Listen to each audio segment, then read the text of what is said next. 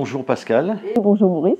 Alors nous sommes sur 42 TV dans la boîte à outils du bien-être que vous connaissez bien, mais cette fois-ci on va inverser les rôles. Habituellement tu as l'habitude d'interviewer effectivement. Exactement, et aujourd'hui on va parler de la constellation familiale individuelle. Alors comment on te définit? On peut te définir comme coach en développement personnel? Oui voilà, coach en développement personnel. J'aime bien prendre en compte l'émotionnel des gens, comprendre d'où ça peut venir. C'est un petit peu, je me définis toujours comme Colombo, tu sais. Les gens viennent avec une problématique et je vais aller chercher les indices un petit peu pour arriver à comprendre pourquoi, réparer et puis que la personne puisse repartir plus allégée. Constellation familiale, est-ce que tu pourrais nous expliquer un petit peu ce concept-là? Alors déjà, moi, pour en venir à la constellation, j'ai fait un gros travail avant en psychogénéalogie. Moi, je travaille souvent en psychogénéalogie, comprendre comment notre arbre généalogique, de par son histoire, de par ses événements, de par ses personnages, peut influencer nos décisions. Et ça m'a toujours passionnée. Et donc, du coup, c'est vrai qu'en séance, on arrive, en fonction des dates de naissance, des prénoms, des professions, des événements de vie, on arrive à comprendre beaucoup de choses. Et c'est vrai que des fois, on vit des schémas un petit peu désagréables à répétition sans arriver à mettre un stop et sans arriver en se disant mais c'est la fatalité. Et non, on va venir comprendre, réparer pour reprendre un petit peu notre pouvoir.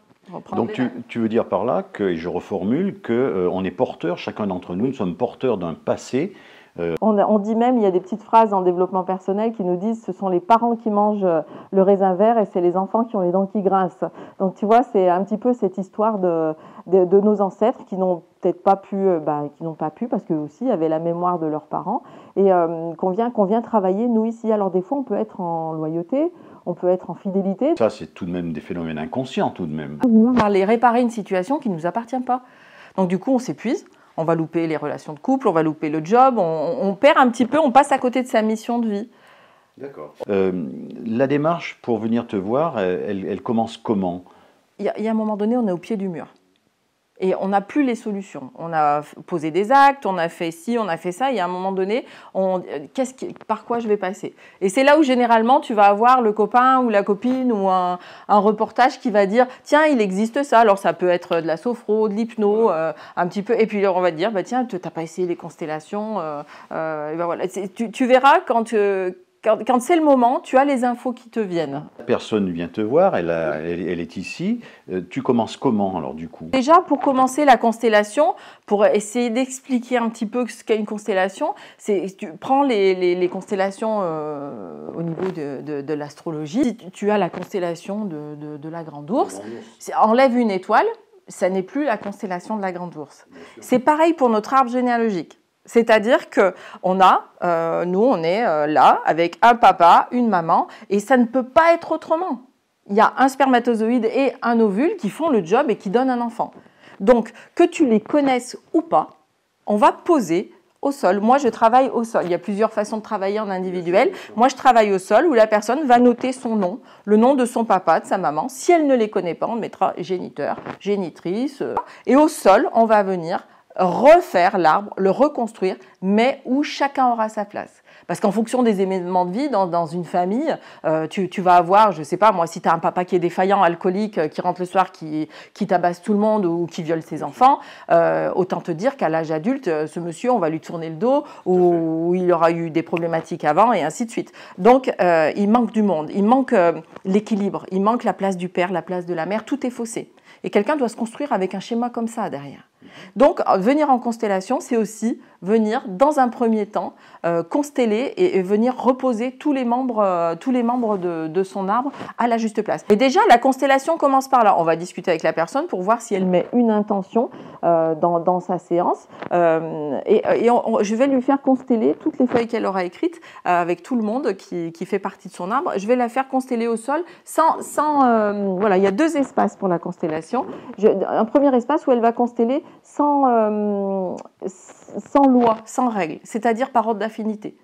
Voilà, je suis proche de ma maman, mais je ne suis pas proche du tout de mon garçon, et pourtant c'est son fils, et ben le fils, elle le mettra plus loin, et ainsi de suite. Donc ça, il y aura un premier tableau. Le deuxième, on va consteller en rééquilibrant tout ça avec les parents, grands-parents, arrière-grands-parents.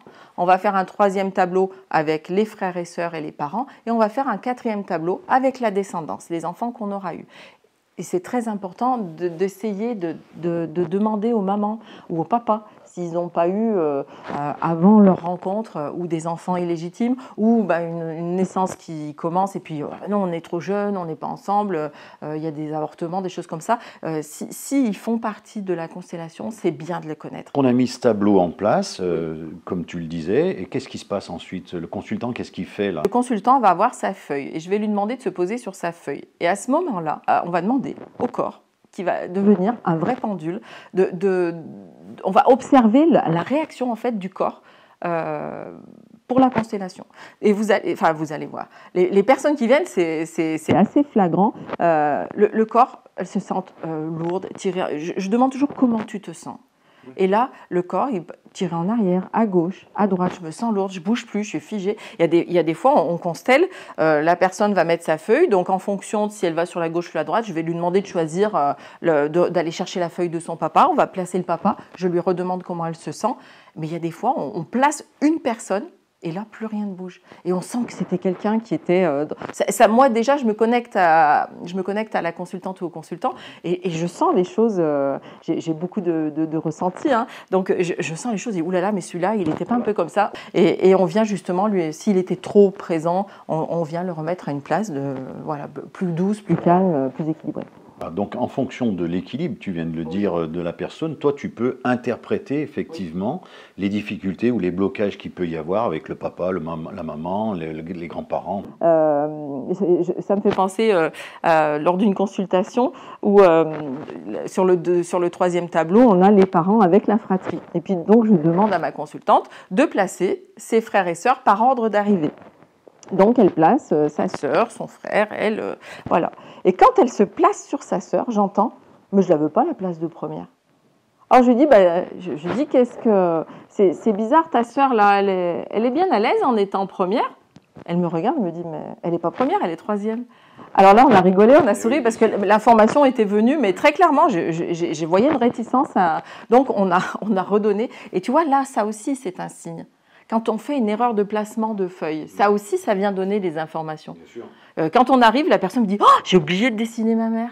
Alors ça donne des pistes, ça nous donne des pistes de compréhension. Le but, en fait, c'est que le corps puisse partir de l'avant et que l'énergie des personnes qui sont placées dans la constellation, que l'énergie pousse cette personne en avant, que ça ne fasse pas comme une petite marionnette avec des fils, là, vous tirez, ah non, là, j'y arrive pas, ah non, on me tire en arrière. Donc le but, c'est d'aller en avant. Donc si ça ne va pas en avant, moi, là, je vais acter, je vais participer à la constellation, je vais me placer sur la feuille de la personne qui fait réagir la consultante et je vais lui demander quels sont ses besoins. Voilà, quels sont les besoins pour que la consultante... Alors ça peut être très précis, hein.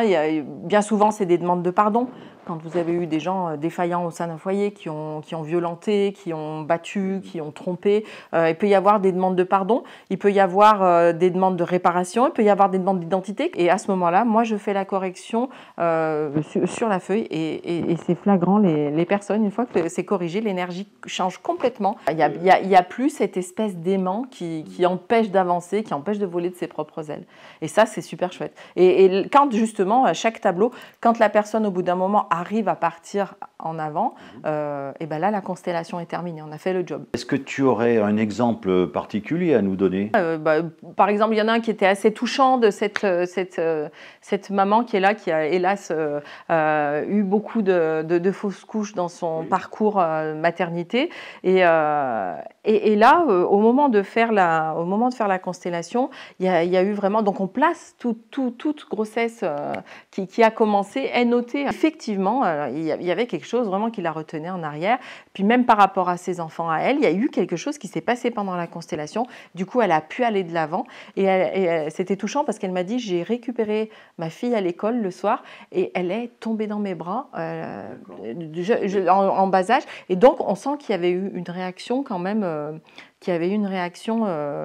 inexpliquées. Alors une séance, ça dure combien en moyenne? Ça oscille entre 1h30, 2 heures, on prend le temps. On ne guérit pas tout, d'accord? Et d'ailleurs, déjà, on ne guérit pas, on n'est pas des guérisseurs, mais on peut soulager, on peut redonner. En fait, c'est comme si on revient donner une impulsion. Pour finir, en termes de public jusqu'à présent, tu accueilles plutôt des femmes, plutôt des hommes? La majorité pour le moment est effectivement femmes, mais il y a eu des hommes qui sont venus aussi, adultes. Je préfère adultes, pas de mineurs. Comment on peut te retrouver? Comment on peut savoir où tu travailles? Je suis sur Marcilly-Châtel. Je peux éventuellement aussi me déplacer sur Vivrolles, puisqu'il y a un grand espace. Vous l'aurez compris, quand on a 15-20 personnes à mettre au niveau du sol, ça demande un espace où on puisse naviguer. Je pense qu'on a bien compris ce que c'était que les constellations familiales. J'espère. En tous les cas, si vous avez besoin de renseignements, n'hésitez pas à m'envoyer un message. Je suis sur Facebook, on mettra les liens. J'ai une page YouTube Laure Andon avec le jeu de mots L'_OR_ENDON plus loin. Merci Pascal et puis à très bientôt. C'était avec plaisir de passer de l'autre côté du miroir. Exactement. Merci Maurice. On reprendra ta place la prochaine fois. Merci. À très bientôt, Maurice. Au revoir. Au revoir.